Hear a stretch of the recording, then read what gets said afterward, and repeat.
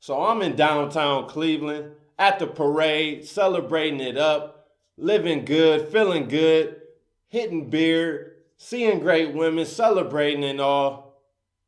And I look on my phone and come to find out someone else in the NBA world is trying to steal the spotlight.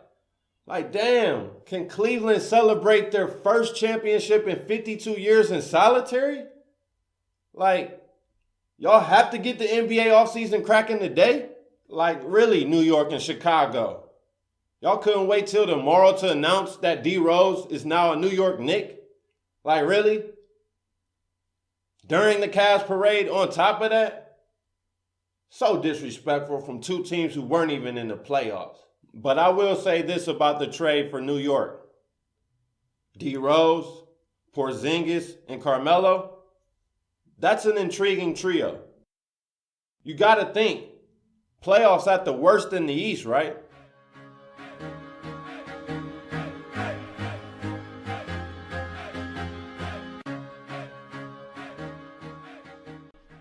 Welcome back to the Best Damn Sports Blog. Back again to talk NBA with you guys. And I'm a little upset about that because I should still be taking in the Cavaliers parade and their celebration. And everything should just be about the Cavaliers when it comes to NBA.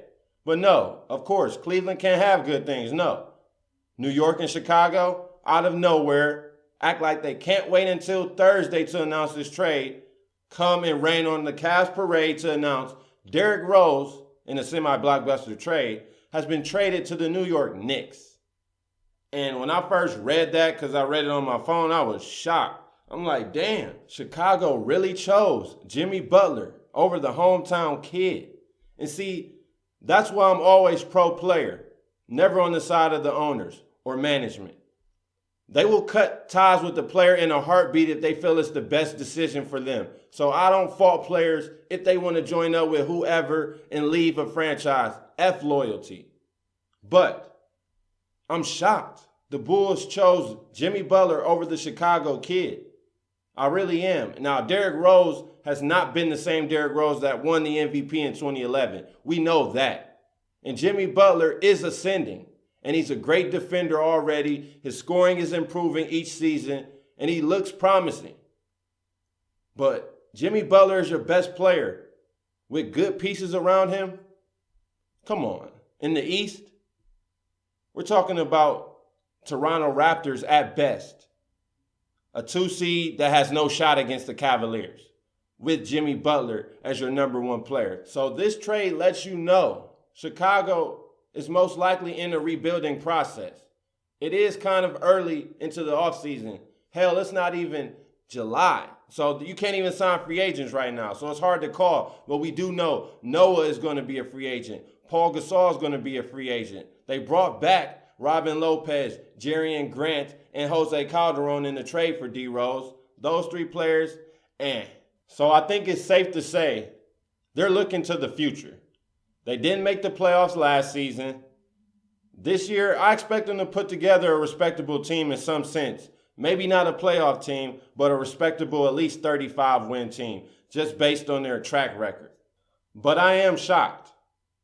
In no way do I think the Bulls made the wrong decision per se. I won't say it's the right or wrong decision in choosing Jimmy Butler over Derrick Rose. They rode for Derrick Rose for a long time. Through his injury, stood by him, fans and all, organization and all, let him play when he wanted to play everything.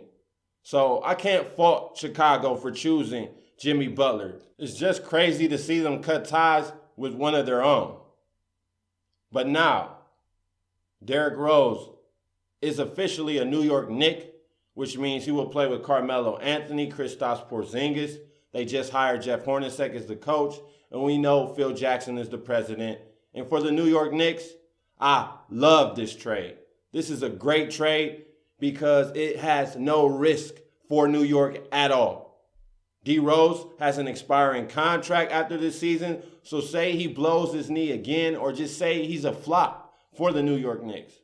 Oh well, that just frees up cap space for next offseason. They don't have to re-sign him, nor do they have to continue to pay him after this upcoming season. Therefore, why not give Derrick Rose a chance to play with Carmelo Anthony and Kristaps Porzingis and see what that trio can do? Now, I don't expect them to contend in the Eastern Conference, say with the Cavaliers. And pardon me, because this is still early in the offseason. It's still not even July. New York could add another big name, and then that could change everything. So don't hold this against me.